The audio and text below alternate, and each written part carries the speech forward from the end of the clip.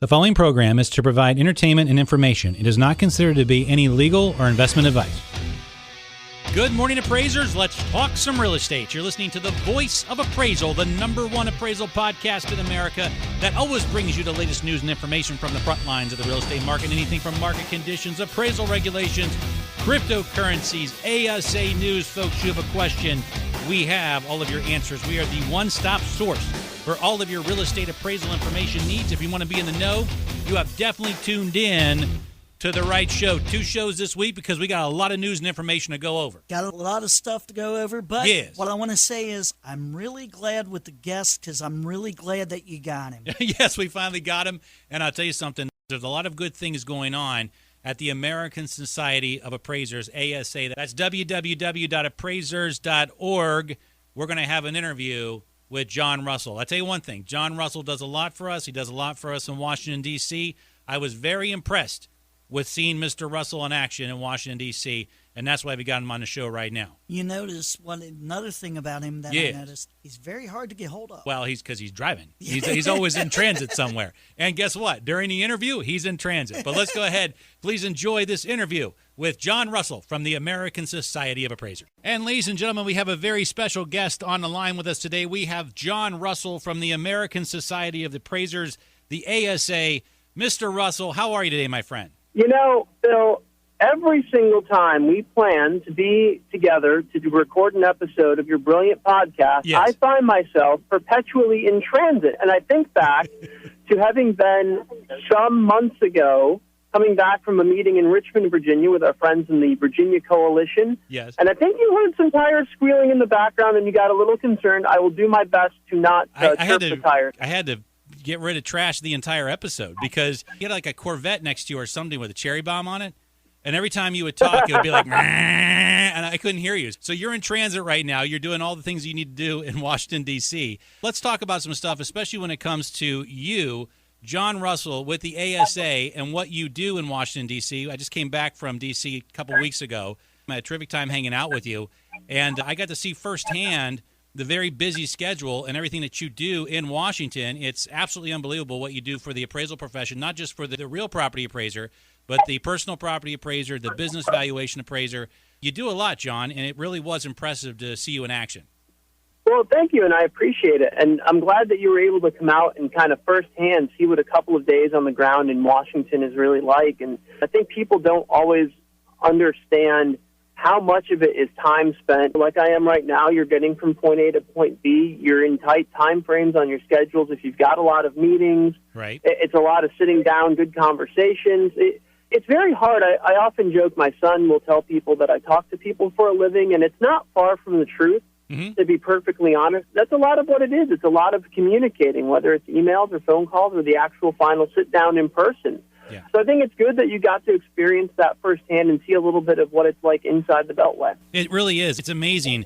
You're consistently bringing up points because there's so many different viewpoints coming in to lawmakers and movers and shakers up there. It's absolutely unbelievable. You have all these different paradigms and you have all these different perspectives, and it's important to have someone like you that's on the ground to say, look, this is the appraiser's perspective. This is where we're coming from the appraiser's point of view, because they don't usually get that very much up in Washington. You know, we are a smaller voice, but somebody like you who's out there who's very active really does seem to counterbalance a lot of the, I don't want to use the word propaganda, that comes from other people inside the valuation space. And look, I think it's worth reminding ourselves, everybody has their own interests, right, and sometimes they're aligned with those of the professional practicing boots-on-the-ground appraiser, and sometimes they're not. So how do you sort of counterbalance that? It's important to realize there's just so many voices within D.C., all representing different interests. Some of them are aligned with the views that, as appraisers, you all clearly understand what's at stake and what's important, and a lot of voices aren't. You know, there's right, people with their own, whether it's a profit motive or trying to grow a business or protect their own position, whatever the case may be, you run up against a number of different interests and positions and voices that are just going to be going in the opposite direction. So what I always try to do is not so much make it about what other people are going to say. I can't control other people's messaging. I can't really control what it is that they're going to try and accomplish. What I can do is come in and speak. You brought up the point in your last episode, speaking some truth to power. I think it's truth, telling them exactly what it is and on the ground And I laugh because as I'm saying this to you, I'm driving by a building with the CoreLogic sign on the side. Ha, go figure. Tell Frank we said I couldn't have timed that any better. But no, it's speaking truth about what it is that the on-the-ground appraiser is seeing in their own community on an ongoing basis, and explaining to those who maybe aren't as acutely aware why it matters and what it is they really ought to be thinking about, not only when it comes to, well, what's the value of this house, of this property, of this collateral, but how that feeds into the risk calculation. You know, I think as you saw firsthand, especially at the CRN AEI event, risk is something that's thought of very differently inside the Beltway. Yes, I did. Than it is anywhere else in the country. And I think that people would be very surprised being in those rooms. And it's not just the stuff you see on a web stream. It's really those casual conversations that you have where you realize that people think differently about risk here than they do elsewhere. Yes. And so, you know, at the end of the day, my goal is to bring that rest of the country perspective, bring the perspective of those living it and seeing it on a daily basis on the ground, and do it in a way it's plain spoken, it's to the point, it's not smoke and mirrors. Because you know what? There's plenty of folks in town who can do that, and that is not my forte, as you clearly know. My hope is just to leave people better educated and hopefully in a place where they're more empathetic and understanding of what it is we see on a daily basis in the appraisal profession. One thing I picked up, especially being at the American Enterprise Institute, and I've always dealt with this being an appraiser. As an appraiser, you're a sponge. I mean, people just sponge because they want to hear what you have to say. They want to get your point of view. They want to get your perspective. And I really, really picked up on that. And I was surprised by it, to be honest with you, because you're out there giving that voice in D.C., people really do, they're drawn to you. And the one thing about the American Society of Appraisers, the ASA, is that you guys have done a phenomenal job not getting into the drama that this profession sometimes puts out. I hate to say that, but it's very true. Some of this profession has been a Jerry Springer show for the last few years. The ASA has managed to stay above the fray when it comes to the drama and the politics and really just to deliver the correct message to those that need to hear it. And I was amazed by so many people who wanted to hear the appraiser's perspective. What is your perspective on these things? And you're right. Those casual conversations mean a lot in those big rooms. I picked up on that. I learned a lot from it in those few days. Yeah, and I think what you notice, too, when you have those conversations, the people who actually get it really value the appraiser's perspective and opinion. There were folks in the various rooms you were in over the course of several days. Yeah. I'm sure you felt it. There were some people who they just had their own ideas in their head, and that was going to be it, and that was the end-all, be-all. And then for others, they kind of understood, you know what? I need to be better informed on things, and so I need to be listening to people like the Phil Crawfords of the world. You know what I noticed, John? You get more mileage with people when you express yourself and when you explain your situation, you explain your position in a polite manner versus the, I'm going to fight, I'm going to go in there, you're an idiot, you're stupid, you guys don't know what you're doing, you're going to wreck the entire economy, you're going to bring it all down, we're going to go into another Great Depression. That all may be true, but it's the way that you say it. It's the way that you present yourself to people, and I think you do a terrific job doing that. I did notice that a lot. And that's exactly right. And I'll tell you, when I was younger in this profession, just even being an advocate, which is really how I always think of myself, there were times when I was younger, I would treat everything like a knockdown, drag-out fight. And it doesn't engender any warm, fuzzy feelings. People don't view you as an asset or as a resource. And you wind up creating more problems for yourself than you do opportunities. And so what I've learned to do over the course of my career is say, look, I might disagree with something that you might say or believe or think, but rather than tell you why you're wrong, I'm going to explain to you why I feel the way I do, and why I think the way that I feel is the right way to feel about something. Yeah, much more productive. That gets you a lot further. How many times did I consistently say, order the appraisal, do not waive us, do not waive us, do not waive us? And that was consistent throughout the entire day. And that stuff really starts to resonate. People start to pick up on that, and they're like, you know what, maybe this isn't such a good idea. Speaking of that, let's talk about what you and I have both heard from our sources. From what we've heard, it appears that the bifurcated products, honestly, John, I think the bifurcated products are here to stay. I think they're out there for a while. But I do believe that the waiver activity, and the waiver being those pilot programs, is starting to decrease somewhat. What is your connection saying? And that comports with what I've heard out in the field, is that there's a growing reluctance to go heavily into the waiver direction. And I think it recognizes a couple of things, right? One is, on a basic level, if you start waiving the vast majority of all transactions in the Fannie Mae and Freddie Mac's portfolio, the robustness of the data set that informs those decisions decreases rapidly. Yep. So that's the first thing, is that you're going to have a data erosion issue, and it's going to be a short-term pop, but at what long-term cost in terms of your data set? So that's one, I think, the longer-term position there. And again, it's conjecture on my part. I don't know any more than a lot of other folks out there, but there's got to be a recognition that you bake more risk into the transaction when you have less information about it. Yep. Even if you have all of this collateral, I'd say collateral in terms of surrounding, right? If I have all the surrounding data, but I don't have data about the exact thing I'm looking at, there's still going to be blind spots that exist. Correct. And I can get away with that over a short term and a small amount of transactions, especially where all the other fundamentals of the transaction make sense.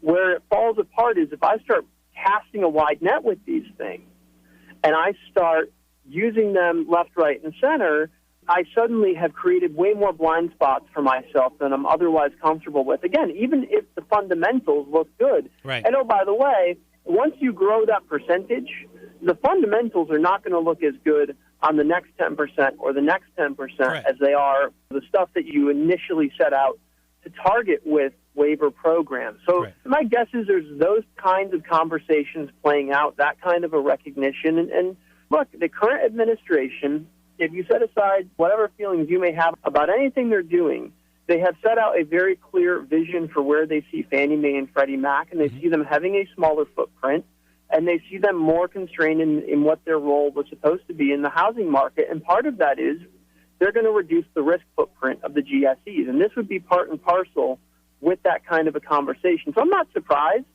that we're hearing rumblings in that direction, because, look, you heard Calabria talk at AEI. I think it's right in line with what his views were in that conversation, and it's very consistent with messages that have come out of this current administration as far as Fannie Mae and Freddie Mac. I agree. I think a lot of the waiver talk that you heard about, remember, and it all comes down to it, John, I can easily blame the government, because the government came out and said to Fannie and Freddie, you guys need to modernize. Remember, that was the big thing. You have a modernization initiative between the two of you, and that modernization initiative kind of led into that waiver scenario. I think that paradigm has now shifted with Calabria coming into place, and I think you're right. I think you're starting to see a smaller footprint with Fannie and Freddie, and also a more quieting of those two GSEs as well as they move forward. The attitude that I got from Calabria, and correct me if I'm wrong, is while you're in conservatorship, we are in control. I'm your regulator and can keep quiet. And I don't want to put words in anybody's mouth, but I do feel that there is a tension between the GSEs and the regulator moving forward, and I think you're going to start to see that play out going into next year. I think Calabria, to his credit, is taking a much more active hands-on role in the regulatory position than his predecessor, I think, did, especially toward the end. Right. Just my personal observations. And you hit on something interesting I want to go back to for a moment. Sure. The modernization efforts that have been undertaken by Fannie Mae and Freddie Mac, we always hear there shouldn't be a push to have the GSEs competing with one another. Well, when they made modernization individual to each of the GSEs, that's exactly what you were always going to get. Right. And when it's a competitive environment and you're looking for any margin you can scrounge, you're going to take steps and measures and tactics that you wouldn't in, say, a collaborative space. By comparison, with the UAD and the forms redesign and everything they're going through, it's much more deliberative, and it's obviously being done as a joint project. Right. And there will probably be real tangible benefits that come from that project, I would hope and would imagine. But when you have it set up as a competitive environment for the GSEs and modernization, stuff like widespread use of waiver programs is always going to be sort of a natural outcropping of it. And that's not necessarily healthy to see, but that's something you could have predicted at the outset. Like, well, if they're going to go off on their own and each try and find a competitive edge, how long is it going to take until they go in this direction? Yeah, that's a very good point. A competitive edge while being in conservatorship. That's a very, very good point. And not only just with the waiver program as well, what about your bifurcated program? Are you going to go and order a bifurcated product on something that you should get an actual appraisal done on, or a full appraisal? So it's a very good point. I think Calabria is going to handle those issues moving forward. But again, things in Washington, D.C. can change very rapidly, especially when it comes to politics and who gets voted in, who gets voted out, all of these things, which is why it's very important that someone like you is there on the ground, knowing what's going on, and having a positive impact for real estate appraisers across the country. Tell us what is going on with the ASA, the American Society of Appraisers. new program that's out. I'm very excited about it. Please explain it, John. So one of the things that we've come to recognize as an organization, and we're now over 80 years old, and we've been around for a very long, long time, but what we've seen in the real property appraisal space, the real estate appraisal space, ever since FIREA, and it feels like a pretty consistent trend now, is the vast majority of real estate appraisers would tell you, I don't necessarily need a professional designation to apply my craft. A state license or certification is sufficient. But I also value the work that organizations like ASA are doing on my behalf on a federal level. Again, whether it's legislative, regulatory, going to meetings like the AEI event, whatever the case may be, they really value that level of engagement that we try to take part in. So what we heard consistently was, are there ways to give that person who says, you know what, a designation isn't for me, but I really like what ASA is doing, and I'd really like to support their efforts. Right. Is there a membership for me? And up until about a month ago, the answer was no. If you came into ASA as a practicing appraiser, you would have been expected to come in on a track for a designation. What we've done is we've created what's called the Ally membership. It's brand new to ASA, and it is really designed for the practicing real estate appraiser for whom a designation doesn't make business sense. But they see what we do on behalf of the profession, and they want a way to more directly engage and support what we're doing. So we've designed it with a couple of things in mind. First of all, price. Let's just get right to the brass tacks of the matter. Get to it. We hear constantly that membership in professional organizations can be expensive, and we wanted to be as conscientious of that as we could. So we've priced the Ally membership at $299 a year. Now, the next question, obviously, is, well, but what does that actually get me with ASA? It gets you about 90% of what it is ASA membership provides, because it's a lot more than just a credential, even though the credential for our members is the thing for the vast majority of them. But there's other benefits to membership that tie in. For example, if you take education through ASA, we have a wide split between our member rate and our non-member rate. All of our education is available to an Ally member at the member rate. That's a significant cost savings. If you're a real estate appraiser especially, we have 4 brand new online 7-hour CE courses. Those are all available to you at the member rate. All right. Things such as our monthly e-newsletter, which we've just redesigned. We've made it more, we call it discipline specific, but it's really drilling down into the real estate space for real estate appraisers, the business valuation space for business valuation appraisers. The thing that will land in your inbox is tailored to your professional existence and your needs. But you can also go in and access the entire archive across all of our disciplines. So you can see what a BV member is seeing or a personal property member is seeing, and learn what's going on in their universe. You'd have access to our member benefit partners. So we have negotiated rates with a number of service providers, whether it's E&O insurance, car rental, copies, shipping, you name it. We have a whole range of benefit partners available with whom we have negotiated rates and discounts. That's available to you, too. All of the information is available on the ASA website. If you click on the membership tab, it's under the Ally program. I'd encourage your listeners to really go and check it out. I think what we've done is we've tried to create a home for anyone in the real estate appraisal profession in ASA, and do it in a way that's giving you real benefits, allowing you to support what folks like myself and others do with ASA on behalf of the profession, but also do it in a way that's really respectful of and cognizant of cost and commitment and everything else. So hopefully people will check it out. They'll be encouraged by it. I encourage them, if they have questions, reach out, call, email, whatever the case may be. But I'm really excited about it. I think for us it's a big step forward in trying to really further bring the whole profession together. That's what I've heard it so much in the last year. People want to see the profession working together more, being more whole. This is a step in that direction. There's a couple of things here. The one thing that you have to understand about the American Society of Appraisers, he does a lot of work for us in Washington, D.C., so you're backing him up. And the other thing is, what this does is this opens up the appraiser for other disciplines. If you're going to make money over the next 10 years, you got to start looking at other disciplines. You got to look at business valuation. IBV work has increased substantially in the last 2 years, John. You have to broaden your horizons. You have to bring in different kinds of work. Personal property. There's good money in personal property appraisal. Just trust me on that. There's good money in it, especially the younger appraiser, the appraiser under 50 years old that's looking to look at this career for the next 20 years.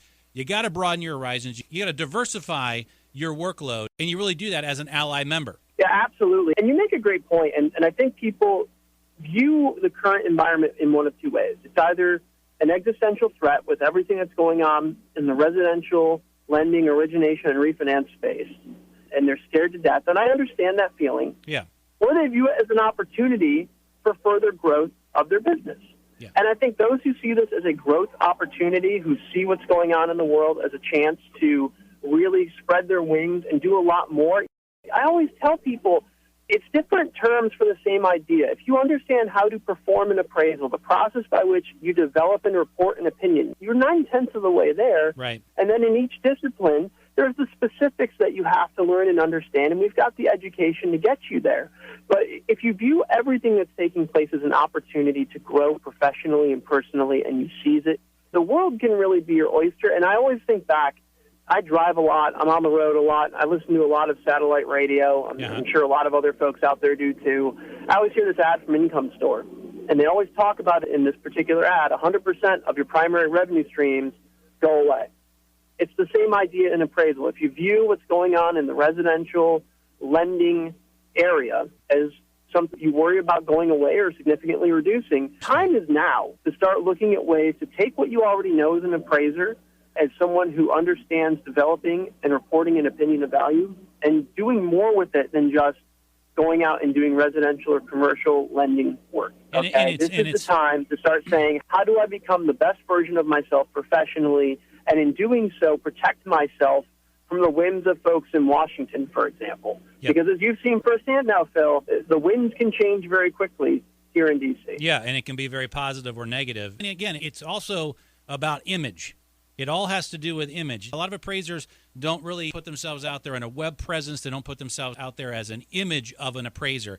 An appraiser must have a certain image. So I'll tell you a funny story. We were together in, Atlantic City, right? I was talking about blockchain in Atlantic City. And I was sitting with two lovely ASA appraisers, art appraisers from New York City. And we were talking about some art that I had purchased back in 2012 from an artist out of Ojai, California. Now, I'm not going to say the artist's name or anything like that, but the two ladies said, well, who is it? And I said, it's this person. And I pulled up some art and stuff like that, thinking that I was intelligent and exciting because this art was just, I like it. It's in my living room. And both of them are like, oh, she's just a derivative. She's just a derivative of this person, and oh, you just bought a derivative. And I'm sitting there going, I bought a derivative, because I'm used to hearing that in the stock world and stuff. And they just had it down. And I was just so mesmerized by what these two ladies were saying about this artwork that I had purchased. And there really is another world out there in the appraisal profession. So if you're in the residential side or the real estate side of appraisal, there's this really, really cool an interesting world over on personal property, over in art, over in guitars, in pottery, and business valuation. It really is a neat space to be in.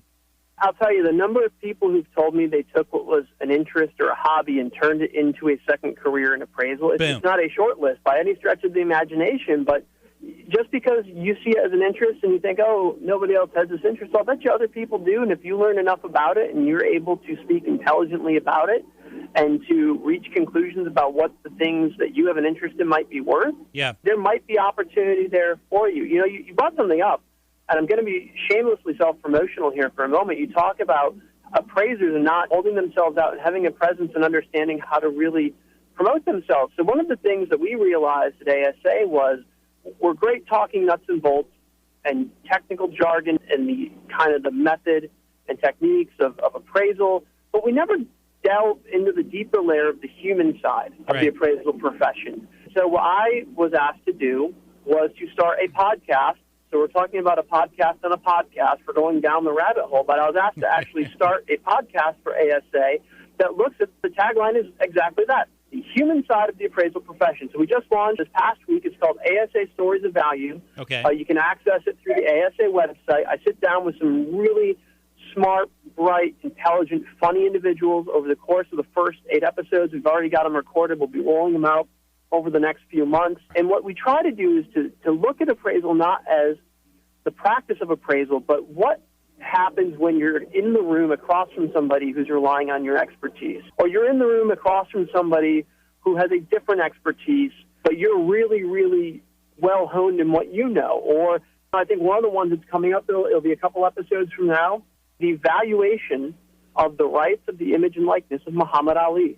Oh, wow. Think about that challenge for a moment. And how do you approach that challenge? There are so many different quote-unquote values out there, and if you can get into those worlds, and remember, people will compensate you for that, John. People will compensate you for that. For instance, the insurance writer business is absolutely unbelievable. So many people have so many different collections of so many different things that they have to carry a separate insurance writer on it. You're needed in those positions. There is a lot of work to be done, and you need to be affiliated with a good group of people. And really, ASA has done a terrific job with it over several years. All right, so I'm going to ask you a question. I need your honest opinion, okay? I don't want you to BS me right now because this is Voice of Appraisal. This is hard stuff. Don't BS me, all right? What do you think about my efforts with FindMyAppraiser.com? Nationwide marketing campaign, what do you think? I think it's great because it takes the appraiser and puts them in a position of controlling how it is they reach potential users, right? Right. The difficulty today is, let's say you're working on a B2B basis, whether it's to a lender or to an AMC, especially in the AMC model, you're kind of the nameless, faceless, and there's no real relationship or understanding of who you are individually and what makes you uniquely qualified for that specific assignment. Again, I'll come back to the idea of you've got mortgage lending work and you've got the rest of the appraisal profession. Right, right. And Find My Appraiser sets you up for the rest of the appraisal profession, where it's face-to-face. People are relying on you individually and your individual talents and skills and abilities and what makes you special as a professional, whether it's credentials or designations or education or experience, whatever it is. It's a differentiator for you to stand out amongst your peer group, because to so many people, they hear real estate appraiser and they have no idea that there are distinctions and differences within that cohort. They just think it's one big hive mind, and you all go out and you all walk through homes and you come back with a value and you put it on paper, and sometimes they're happy and sometimes they're not. And they have no idea about how much more you can provide to them in terms of the work that you can do, the way you can reflect your opinions, the way you can construct a report. There's so much more. I've said this in so many public venues. Nobody thinks a point value in time that's retrospective the day after the effective date is your highest and best use as an appraiser. Find My Appraiser allows you to show what else it is that you can do to grow your client base and to really market yourself. And look, it's going to take, just like growing out professionally, it takes getting out of the comfort zone a little bit. It's easy to just answer that email from the AMC. It's easy to answer the phone call from the lender. It's hard to go out and generate organic business, but when you take the right steps and you work with the right people and you do the right things and you invest in yourself, you can put yourself so much further down the road professionally than you are today. And that's what I want people to see all of this as. Nobody should view any of this as it's a threat or to be afraid. Everything that's happening right now is opportunity. Opportunity is out there for the taking. There's folks like yourself, Phil, with what you've done with FindMyAppraiser.com. It's helping foster the opportunity. What we're doing at ASA with the Ally membership, we're trying to give people the opportunity to come in and really see what it's like to belong to a national professional organization. I want people to take this stuff and run with it. I said, when was I recently? I was with the Massachusetts Board of Real Estate Appraisers, now MBREA. I spoke to a room of over 300 people at their annual meeting. And I told them, if all you're doing is writing the check to come sit here, it's not enough. People really need to take agency in what it is they do for a living and ownership of what they do, and do it to the absolute best of their ability. Spread your wings as far as you can. And if people do that, I think the perception of the appraisal profession changes, because now it's an aspirational profession. Yes. And two, very good point. It gets people excited about what you all do. I get excited every day by the work of appraisers because I understand it intimately. The vast majority of people don't. And the more that people come to understand what it is you do and the things you see and touch and feel every day, people will view appraisal not as a second career but a first opportunity. That's what I'd like to see happen. Very well said. It is a very fun job, and when it's presented the right way, people will be drawn to it. The end users will be drawn to it. People that are interested in getting into the business, they'll be drawn to it. You won't have to hear all this talk anymore about the appraisers are aging. There's going to be a future shortage. We've got a lot of people out there that are really interested in this business. And listen, really appreciate all of your support. I saw firsthand the positive influence of the American Society of Appraisers in Washington, D.C., and I really do appreciate you. I appreciate your friendship. You're backing us up. And, John, I'm looking forward to 2020. I don't know about you. I'm looking forward to it. And I think that a lot of people in Washington, D.C. are starting to hear more and more from appraisers. With FindMyAppraiser.com, we have created a special speakers list. These are going to be some speakers that we're putting together for real estate appraisers throughout the country that would represent us. First of all, would you mind being one of the speakers on FMA, number one? And number two, could you perhaps work with some of our speakers in the future at future ASA events to really start to promote the profession more and more?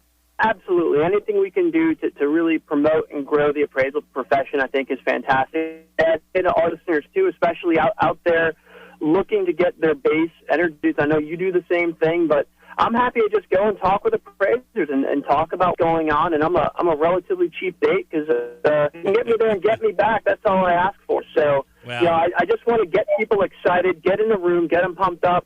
Anything like make that happen, my friend, that's where we need to be. Get them as excited as you and I are. Well, that sounds good to me, my friend. That sounds good. You're breaking apart. It sounds like you're going into maybe some sort of tunnel or something like that. But I do want to thank you for coming on the show today. Ladies and gentlemen, that is the Allied membership at the ASA, at the American Society of Appraisers. So that's at www.appraisers.org. Go there today, join. Get yourself involved with the ASA, a great organization, and John Russell does a great job for all of us. John, thank you very much for coming on the show today. God bless, and drive safely, my friend. Bill, thanks so much. I appreciate it. And ladies and gentlemen, there was John Russell with the American Society of Appraisers. He does a great job for all of us. I look forward to working with him in the future. Get involved with the ASA, the American Society of Appraisers. Folks, good things are going on in the real estate appraisal profession. Now is the time to lock down our future. Now is the time to redefine yourself, to get your image out there, and to get that younger generation involved. So many of you have emailed me. Do I put my kid in this business? Do I put my grandson or my granddaughter in this business? My aunt, my uncle? Do I get them in the business? And the answer is yes. If we redefine ourselves right now, the ball is in our court. Now's the time to get professional, to get that professional image out there. And I really appreciate the American Society of Appraisers for all the hard work that they're doing. So, ladies and gentlemen, we have come to the end of our show for this week. And as always, I would like to thank you for listening. As we journey through the mysteries and complexities that are, in fact, the real estate appraisal profession, I would like to thank my guest, John Russell from the American Society of Appraisers, for his thoughtful insight and knowledge. God willing, we'll be back here very soon, continuing to report from the front lines of the real estate market. In the meantime, you kiss your spouse, you hug your children, enjoy your day, be safe in the field. You've been listening to Phil Crawford on Voice of Appraisal. We'll talk very soon.